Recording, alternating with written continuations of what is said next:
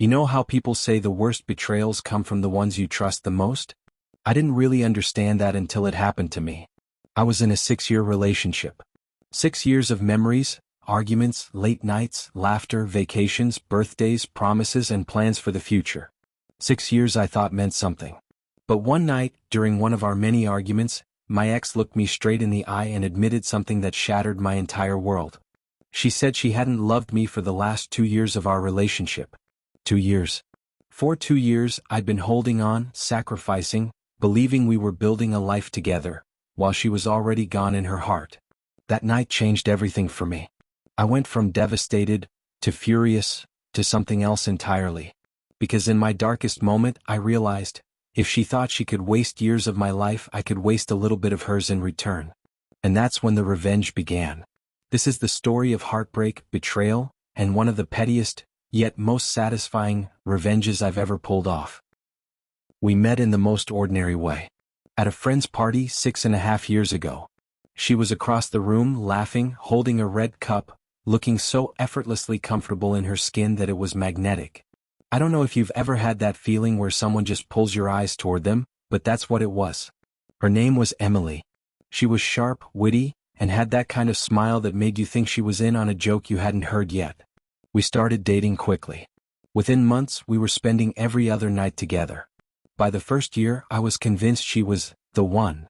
I remember telling my mom on the phone, "She just gets me, you know? Like I don't have to explain myself." The first couple of years were golden. We traveled together, we binge-watched shows, we cooked late-night pasta when we couldn't sleep, we celebrated little milestones like they were huge victories. I was all in. But as the years rolled on, the little cracks started to form. Arguments over stupid things, the dishes, the thermostat, money. But deeper than that was something I couldn't quite name. A distance. She'd stare at her phone more often, laugh less at my jokes, sigh when I tried to hug her at the wrong time. I chalked it up to stress. We were both working tough jobs, dealing with bills, trying to figure out adulthood. I told myself, relationships aren't perfect, you just push through. So I pushed. I made compromises, gave in on arguments, picked up extra shifts to afford little getaways. I was doing everything I could to keep us afloat. But what I didn't realize was that I was paddling a sinking boat, and she'd already stopped rowing. The night it all came crashing down started like any other fight. We were in the kitchen, arguing about money. She said I wasn't contributing enough, which was laughable because I had just picked up overtime the week before. It escalated, voices raised, the same cycle we always fell into. And then, out of nowhere, she said it. "You know what? I haven't loved you for the last 2 years." Silence. The words hit me like a brick to the chest. 2 years? I remember blinking at her, trying to process. "What do you mean, 2 years?" "I mean," she said coldly, "I've been done for a long time. I just didn't know how to say it." I felt like the floor had dropped out from under me. My ears were ringing, my hands shaking. 6 years together, and for a third of that time she'd been going through the motions. Pretending. Smiling at Christmas, holding my hand at family dinners, saying, "I love you," before bed, all while not meaning a single word. I stumbled out of the kitchen, sat on the couch, and just stared at nothing. She walked past me like I was a stranger. I don't remember much else from that night. Just the sound of my own heartbeat in my ears and the overwhelming sense that everything I'd believed in had been a lie. The weeks after were a blur. She moved out within days. No fight, no drama. Just packed her things and left me in an empty apartment that suddenly felt like a graveyard of memories. Her shampoo in the shower. Her hoodie draped over the chair. The indent in the bed where she used to sleep. I was crushed. I replayed every memory in my head, trying to spot the moment she'd stopped loving me. Was it when I forgot her birthday dinner reservation? When I worked late too often? When she reconnected with old friends and started spending more time away? I tortured myself with questions I couldn't answer. My friends tried to help. "You're better off," they said. "She didn't deserve you." But when you're in that place, those words feel hollow. I spent nights staring at the ceiling, scrolling through old photos, reading old texts, wondering how I could have been so blind. And then, something inside me shifted. I went from heartbreak to anger. And from anger, to clarity. Because the more I thought about it, the more I realized, she had wasted 2 years of my life. 2 years I could have spent healing, moving on, finding someone who actually loved me. She had kept me in the dark while she drifted away, stringing me along like a backup plan. And that pissed me off more than anything. So one night, lying awake at 3 a.m., I decided I wasn't going to just take this lying down. If she thought she could make a fool out of me, then fine. But I was going to make damn sure she got a taste of her own medicine. Here's the thing. I knew her email password. We had shared streaming accounts, travel bookings, even online grocery deliveries. She typed it into my laptop enough times that I remembered it. Now, I could have done something destructive. Deleted her accounts, locked her out of everything. But that wasn't my style. That would have been too obvious, and honestly, it would have made me look bitter. What I wanted was something subtle. Annoying. Something that would get under her skin day after day, long after I was gone from her life. So I logged in. And that's where the fun began. First stop, Scientology. I signed her up for every single newsletter, brochure, and free personality test they offered. I made sure she got daily inspirational quotes from L. Ron Hubbard. Next stop, conspiracy theory websites. Flat Earth forums, moon landing hoax blogs, reptilian overlord mailing lists. Anything weird, unhinged, or embarrassing I subscribed her to.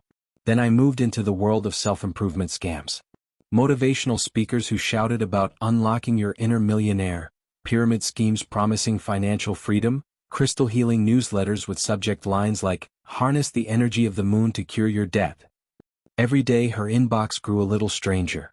But I wasn't done. I signed her up for doomsday prepper alerts, survivalist tips, bunker building seminars, canned food promotions. I registered her for Bigfoot sighting updates and alien abduction survivor groups.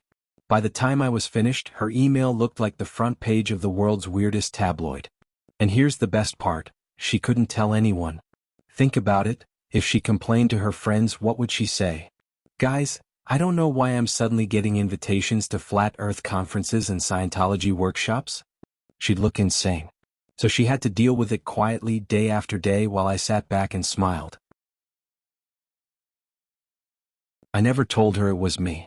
That was the beauty of it. But word got back to me anyway. Mutual friends mentioned that Emily was going through some weird stuff online. One friend even laughed about how she got invited to a Global Truth Seekers webinar, and couldn't figure out why. I pictured her rolling her eyes every morning as she opened her email to find another message about alien implants or pyramid schemes. I pictured her trying desperately to unsubscribe, only for 2 more to pop up the next day. And I'll be honest, it felt good. It felt like I had taken back a little bit of the power she'd stolen from me. She wasted my time, my love, my trust, so I wasted her inbox. Petty? Absolutely. But oh, so satisfying. It's been years since then. I've moved on, found new love, built a life that has nothing to do with Emily. But I still think about that night sometimes, the way she admitted she hadn't loved me for 2 years, the way it felt like my heart had been ripped out. And I also think about the revenge. Not because it was grand or life-changing, but because it was mine. It was a way of saying, you don't get to walk away clean after wasting 6 years of my life. Looking back, I realized revenge wasn't really about her. It was about me. It was about reclaiming my sense of agency, about proving to myself that I wasn't powerless. And maybe that's the real lesson here. When someone betrays you, when they break you down, you don't always need to destroy them to get even. Sometimes the pettiest, smallest act is enough to remind you that you're still in control. So no, I didn't ruin her life. I didn't expose her or drag her name through the mud. I just made sure that for a long, long time, she couldn't open her email without being reminded that actions have consequences. And to me, that was the sweetest revenge of all. And that's today's story on Tales of Revenge. What do you think? Was my revenge too petty or just the right amount of satisfying? Have you ever been betrayed by someone you trusted and gotten your own payback? Share your story in the comments below. I'd love to hear it. If you enjoyed this story, don't forget to like, subscribe, and hit the bell so you don't miss the next one. Until next time, remember, sometimes the smallest acts of revenge leave the biggest mark.